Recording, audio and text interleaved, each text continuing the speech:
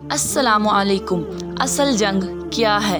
بیت المقدس کو حاصل کرنا، مسجد اقصی پر حملہ کرنا، یا پھر ہیکل سلیمانی یعنی کہ اپنا ٹیمپل تعمیر کرنا؟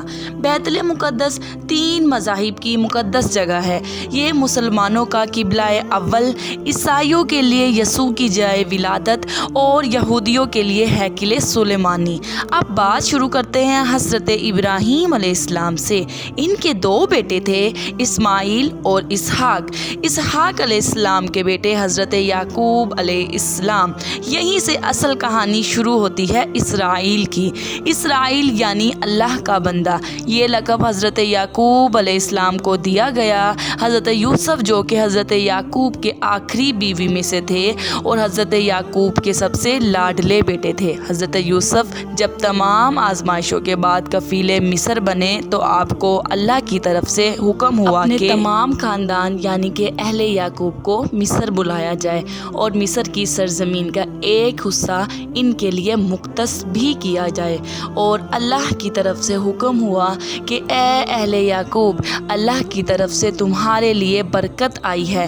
حضرت یوسف 12 بھائی تھے، اسی لیے اللہ نے ان کے لیے 12 چشمے جاری کیے اور یوں اس سرزمین کا نام حضرت یعقوب کے لقب سے اسرائیل پڑ گیا، جسے آج یروشلم بھی کہا جاتا ہے۔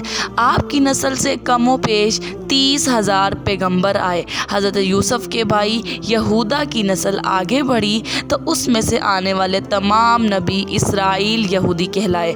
وقت گزرتا گیا، جب موسیٰ کا دور آیا اور جب فرعون نے مصر پر آپ کو تنگ کیا تو بنی اسرائیل کے ساتھ آپ کو نکلنا پڑا۔ اس دوران بنی اسرائیل پر اللہ کی بہت سی کرم نوازیاں بھی ہوئیں، جیسے کہ من و سلویٰ، 12 چشموں کی بہتات اور مچھلیوں کا شکار، جن کا ذکر قرآن پاک میں بھی ملتا ہے۔ اور یہی ہمیں ایک گائے کا ذکر بھی ملتا ہے جسے کہ لوتھڑے سے مردے نے اللہ کے حکم سے زندہ ہو کر قاتل کا بتایا۔ اس گائے کی نشانی قرآن میں بھی موجود ہے اور وہ یہ ہے کہ ایک سرخ مائع رنگت کی گائے تھی، اور ایسی رنگت کی گائے آج بھی یہودیوں کے نزدیک مقدس مانی جاتی ہے۔ اب حضرت موسیٰ کے بعد دیگر نبی آئے۔ اس دوران حضرت موسیٰ اور ان کے دور کے کچھ واقعات جیسا کہ تورات، من و سلویٰ کے کچھ حصہ بنی اسرائیل نے ایک صندوق میں محفوظ کر لیا۔ یہ اللہ کی طرف سے حضرت آدم کو دیا گیا ایک خاص صندوق تھا جو کہ نسل در نسل یہودیوں کے پاس رہا، جسے قرآن میں تابوت سکینہ کے نام سے پکارا گیا ہے، اور یہ یہودیوں کو اپنی جان سے زیادہ عزیز ہے۔ حضرت داؤد نے جب جالوت کو ہرا کر اسے تابوت سکینہ حاصل کیا تو یوں تمام بنی اسرائیل نے انہیں اپنا نبی تسلیم کر لیا، اور حضرت داؤد نے اس صندوق کی حفاظت کے لیے ایک ہیکل تعمیر کروایا، اور اس ہیکل کی تعمیر ان کی زندگی میں مکمل نہ ہو سکی تو اس ہیکل کی تعمیر ان کے بیٹے حضرت سلیمان نے کروائی، اور اس تعمیر میں انہوں نے جنوں کی مدد بھی لی۔ اسی دوران ان کی بھی وفات ہو گئی، اور اسی وجہ سے اس ہیکل کا نام ہیکل سلیمانی پڑ گیا۔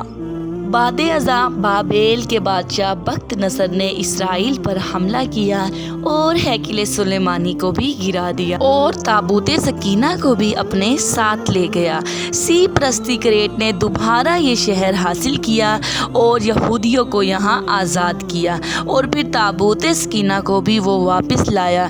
ہیکل سلیمانی کو دوبارہ تعمیر کیا گیا، اور پھر وقت گزرتا گیا، حضرت عیسیٰ کی آمد ہوئی، جنہیں نعوذ باللہ یہودیوں نے ناجائز اور نہ جانے کیا کیا الفاظ سے پکارا۔ یہاں سے یہودیوں میں 2 قومیں بٹ گئیں، ایک قوم یہودی اور دوسری عیسائی۔ یہودیوں نے سازش کر کے حضرت عیسیٰ کو سلیب یعنی کہ پھانسی پر چڑھانا چاہا، لیکن اللہ نے انہیں اپنے پاس زندہ اٹھا لیا۔ اس کے بعد یہودیوں اور عیسائیوں میں چھوٹی بڑی جنگیں ہوتی رہیں۔ پھر عیسائی رومی بادشاہ ٹائٹس نے بے حد شدت سے یروشلم پر حملہ کیا کہ اس کی اینٹ سے اینٹ بجا دی، ہیکل سلیمانی کو گرا دیا، جس کی وجہ سے صرف ایک دیوار